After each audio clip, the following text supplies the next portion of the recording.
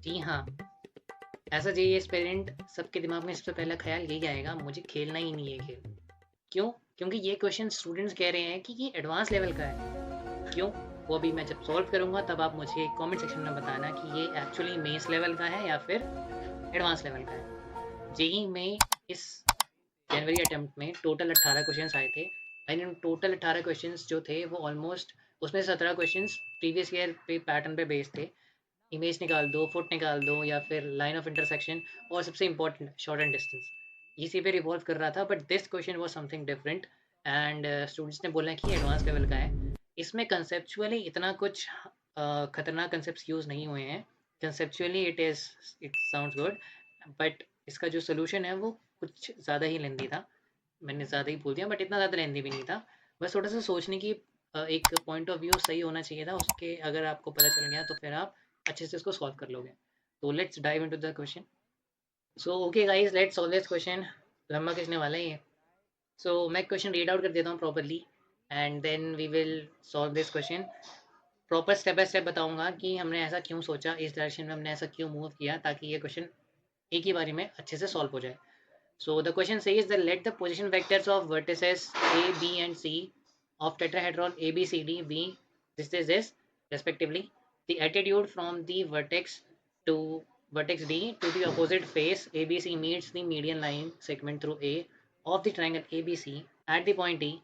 If the length of AD is 210 upon 3 and the volume of the tetrahedron is 20805 upon 6 root 2, then the position vector of E is, these are the options. मैंने यहाँ ना already आप लोगों के लिए एक triangle draw कर लिया था ताकि मुझे टेट्राहेड्रॉन बनाने में आसानी हो। तो ये रहे पॉइंट्स और मैं इनके पॉइंट्स पे लिख देता हूँ 1 2 1 and this is 1 3 -2 and this point is 2 1 -1। एक और टेट्राहेड्रॉन में वर्टेक्स होता है तो मैं यहाँ पे बना देता हूँ। तो ये एक ये रहा, ठीक है। तो ये रहा पॉइंट डी जो हमें नहीं दे रखा है क्या है। अब एक और चीज़ हमें ड्रॉ करनी है, वो मैं यहाँ पे ड्रॉ करके बता देता हूँ। दैट इज़ कि मैं यहाँ से एक मीडियन खींच रहा हूँ, ठीक है। तो इस मीडियन का हम नाम दे देते हैं, इस पॉइंट का हम नाम दे देते हैं एफ। बिकॉज ई मैं नहीं दे सकता बिकॉज ऑलरेडी इन्होंने यूज़ कर लिया है। और ये ई पॉइंट कहाँ पे है, दैट आई टेल यू, वो है यहाँ पे। एक परपेंडिकुलर ड्रॉ किया, तो ये जो परपेंडिकुलर ड्रॉ हो रहा है this point is E, this is critical, तो मैं इसको रेड कलर से मेंशन कर देता हूँ ई, ठीक है। तो ये सिचुएशन है, हमें क्या क्या गिवन है वो यहाँ पे हम पढ़ लेते हैं। तो ये सिचुएशन है, ये फिगर है, हमें पोजिशन वेक्टर ऑफ ई बताना है। अब अगर मुझे पोजिशन वेक्टर ऑफ ई बताना है विच आई विल से कि मुझे ओ ई वेक्टर निकालना है, तो ये कैसे निकलेगा, ये कैसे निकलेगा ये तुम सोचो। पॉज करो वीडियो को और सोचो कि कैसे निकलेगा। अगर मैं यहाँ पे ए ई वेक्टर निकालूं, ए ई वेक्टर क्या होगा, ओ E vector minus O A vector, यही होगा, ऐसे ही लिखते हैं हम। तो अगर मैं ओ ई वेक्टर यहाँ से निकालूँ तो that will be equal to A E vector plus O A vector. अब आप बोलोगे सर यहाँ तो ए ई वेक्टर है ही नहीं, ओ ए वेक्टर तो है, ये रहा यहाँ पे गिवन है। बट ए ई वेक्टर कैसे निकालोगे, यहाँ पे ये खेल इसी का है कि ए ई वेक्टर आप सारी इंफॉर्मेशन को यूज़ करके निकालोगे। तो लेट्स सी कि ए ई वेक्टर कैसे निकलेगा, ठीक है। Let's call this equation number 1। Now let's write the given information. सबसे पहली इन्फॉर्मेशन जो मुझे गिवन है वो है वॉल्यूम ऑफ टेट्राहेड्रॉन। तो volume of tetrahedron is equals to 1/3, इसका फॉर्मूला आपको पता ही होगा, into base area into height, ठीक है। तो वॉल्यूम ऑफ टेट्राहेड्रॉन मुझे गिवन है 805 रूट ओवर 6 रूट 2 एंड 1/3 और बेस एरिया यानी ट्राइंगल का area which is A B C. तो बेस एरिया हो गया और यहाँ पे जो हाइट है वो मैं मेंशन कर देता हूँ, दैट इज डी, ठीक है। एक और चीज़ मुझे यहाँ पे गिवन थी, ए डी की length which is equal to √10/3, जिसका अभी यूज़ नहीं है, अभी आएगा। तो let's calculate the base area first. Let's call this equation number 2। So far so good, आगे बढ़ते हैं। ओके, तो बेस एरिया निकालना है हमें। तो बेस एरिया जो होगा यार सिंपल है आपका, हाफ वेक्टर्स की टर्म्स में लिखें तो ए बी क्रॉस ए सी होगा। ठीक है, तो ए बी क्रॉस ए सी हम निकाल देते हैं। तो ये आपका होगा आई जे के। तो ए बी वेक्टर जो आपका होगा वो होगा 1 - 1 0, 3 - 2 1, -2 - 1 -3। एंड ए सी वेक्टर होगा आपका 2 - 1 is 1, 1 - 2 is -1, and -1 into -1 that is -2. तो लेट्स कैलकुलेट दिस। ये आपका होगा -2 -3 दैट इज -5। फिर आपका होगा जे कैप, ये आपका होगा 0 + 3, 0 + 3, हाँ ठीक है, प्लस के वेक्टर, ये आपका होगा 0 ये होगा -1। ठीक है, इसका मुझे मैग्नीट्यूड चाहिए, तो इसका मैग्नीट्यूड आएगा 1/2 √25 + 9 + 1। तो ये आपका हो जाएगा √35/2। ठीक है, तो अगर मैं इसको सेकेंड इक्वेशन में डाल दूंगा तो वो मुझे कुछ दिखेगा, √805/6√2 is equals to 1/3 into base area जो कि मेरा आया है √35/2 इंटू हाइट जो कि थी मेरी डी ई। ठीक है, सबको सही लिख रहा हूँ ना मैं? Absolutely fine. तो मैं इसको काटूंगा अब यहाँ पे, तो ये आएगा 3 2 6, यहाँ से कट गया। ठीक है, तो डी ई मेरे लेंथ आएगी, वो आएगी 805/√35 इंटू √2।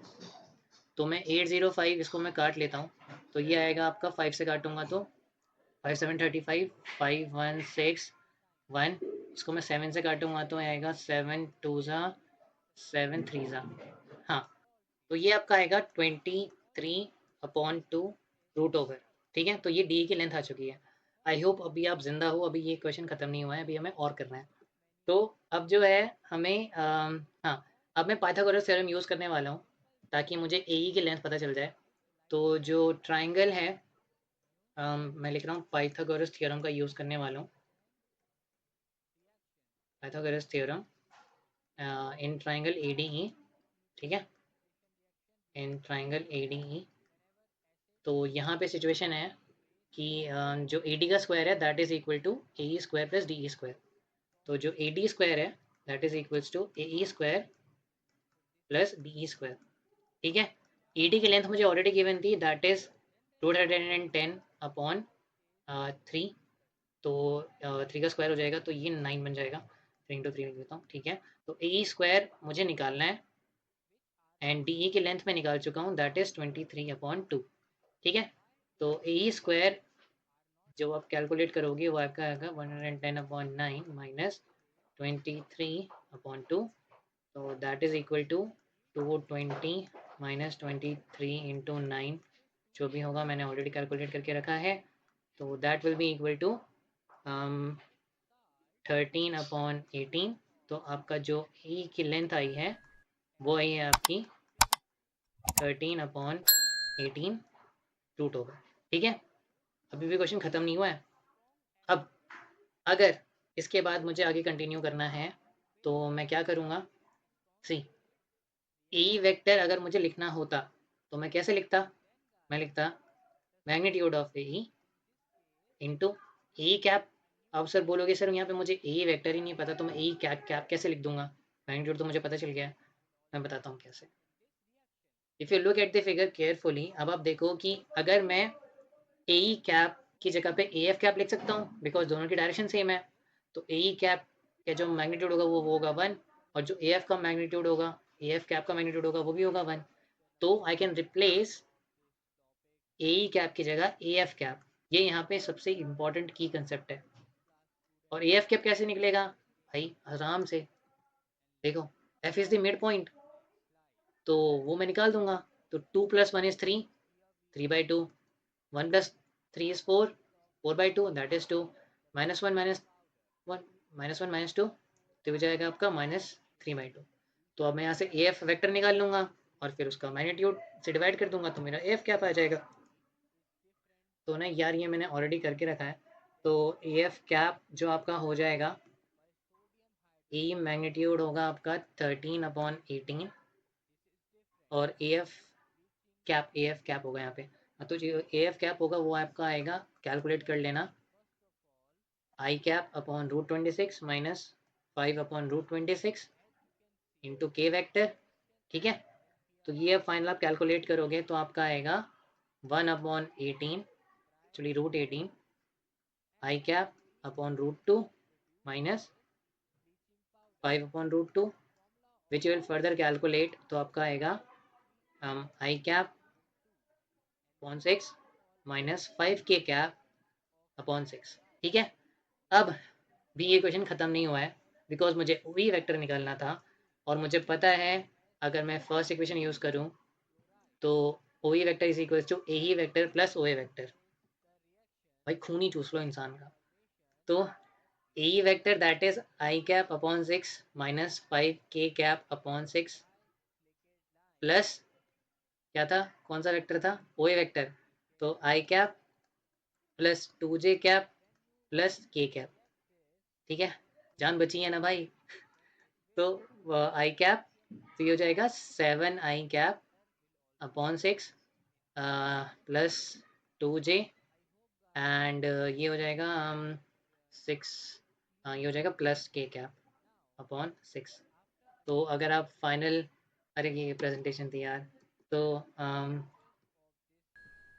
6 कॉमन निकाल लो, तो 6 कॉमन निकाल लोगे तो 7 आई कैप ये हो जाएगा आपका, अगर हो सकता है मेरा फेस आ जाए बट मैं बोल देता हूँ, तो ये हो जाएगा 12 जे कैप और फाइनली के कैप।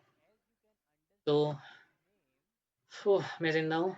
तो जो फाइनल आंसर है वो है आपका डी। तो D option is the correct answer.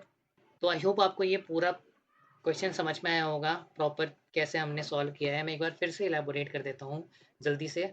तो सब हमें यहाँ पे ओ ई वेक्टर निकालना था, जो कि मैंने सोचा कि वो कैसे निकलेगा। तो यहाँ पे ओ ई वेक्टर मैंने निकाला ए ई वेक्टर की हेल्प से। तो मैंने देखा कि ये सिचुएशन है, तो अगर मैंने ए वेक्टर किसी तरह पता लगा लिया तो मेरा काम बन जाएगा। तो उस वेक्टर को लिखने के लिए मुझे उसका मैग्नीट्यूड और ए कैप पता होना चाहिए था, ए कैप।